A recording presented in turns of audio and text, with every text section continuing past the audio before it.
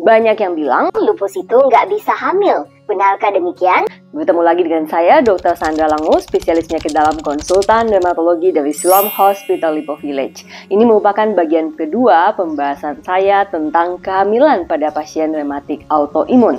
Yang belum menonton, bisa menonton kembali di bagian pertama pembahasan itu. Secara spesifik di bagian kedua ini, saya akan membahas tentang kehamilan pada lupus. Mengapa perlu dibahas secara khusus? Karena memang seringkali kehamilan pada lupus menimbulkan permasalahan pada ibu maupun janinnya apabila tidak disiapkan dengan baik. Untuk mencapai kehamilan yang sukses pada pasien lupus, kuncinya sekali lagi adalah persiapan yang optimal. Yang dimaksud dengan persiapan optimal, Anda harus membicarakan hal ini bahkan pada saat pertama kali terdiagnosis lupus jika memang Anda masih mengharapkan kehamilan atau wanita usia subur. Perencanaan ini sekali lagi harus dilakukan seawal mungkin. Karena apabila Anda memang sedang dalam kondisi yang belum stabil atau sedang flare dan menggunakan obat-obat tertentu yang tidak boleh digunakan pada saat hamil, Anda bahkan harus menggunakan KB terlebih dahulu. Jadi tidak boleh hamil dulu.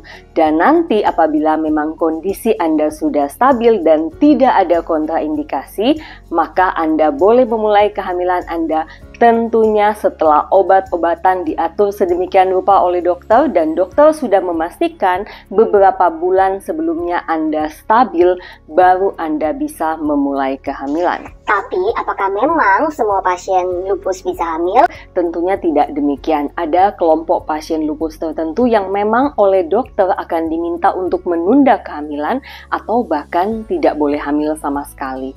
Nah, siapa yang tergolong dalam kelompok ini yang harus menunda kehamilan atau bahkan tidak boleh hamil? Antara lain, misalnya seseorang dengan gagal jantung yang berat pada lupus, penyakit paru yang sangat berat pada lupus, adanya gagal ginjal stadium lanjut, dan dalam kondisi flare pada lupus. Kemudian apabila pasien ini baru mengalami flare berat lupus kurang dari 6 bulan, ini sebaiknya tidak hamil dulu. Juga yang diminta untuk menunda kehamilan adalah pasien lupus dengan riwayat stroke kurang dari 6 bulan atau pada pasien lupus yang meskipun sudah diberikan treatment yang adekuat tapi masih saja mengalami preeklamsi berat atau eklamsi. Untuk keamanan ibu, maka kelompok ini diminta untuk menunda kehamilan atau tidak boleh hamil dulu. Ada beberapa proses yang harus Anda jalani sebelum memulai kehamilan pada lupus.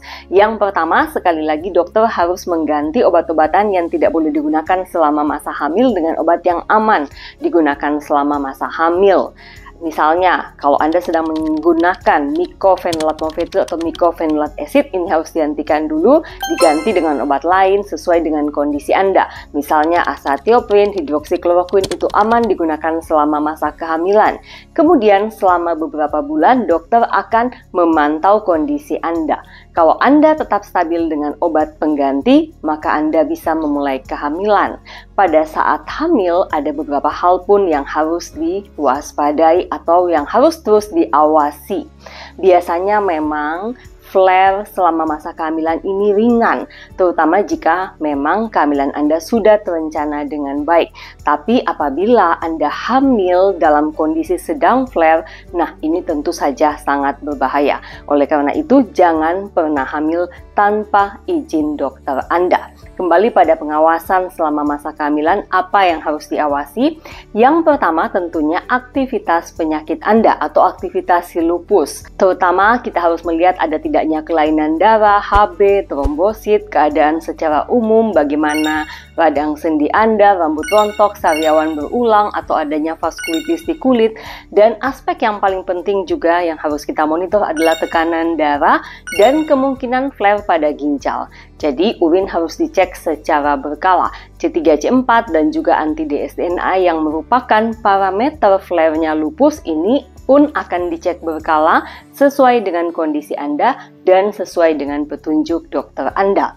Nah, hal spesifik apa yang harus diawasi selama masa kehamilan? Pertama, kita harus melihat profil anak Anda. Apakah ada anti-SSA atau anti-SSB?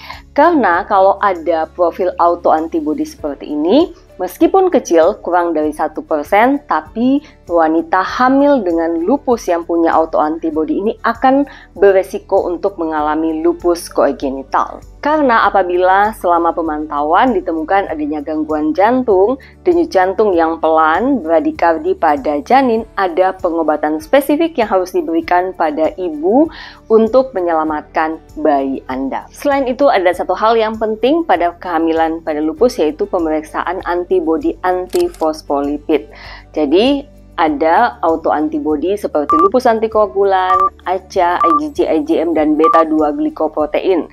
Dan kalau positif dan ada riwayat abortus yang berulang, maka ini bisa dikategorikan sebagai APS. Selama kehamilan, selain mendapatkan aspilet, pasien juga harus mendapatkan suntikan pengencer darah, misalnya suntikan heparin.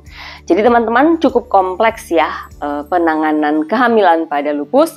Sekali lagi, pasien lupus bukannya tidak boleh hamil, tapi kehamilannya bisa berjalan dengan baik asal dipersiapkan dengan baik juga. Perlu koordinasi yang baik antara dokter hematologi, dokter kebidanan, dan juga dokter anak untuk keberhasilan kehamilan dengan lupus.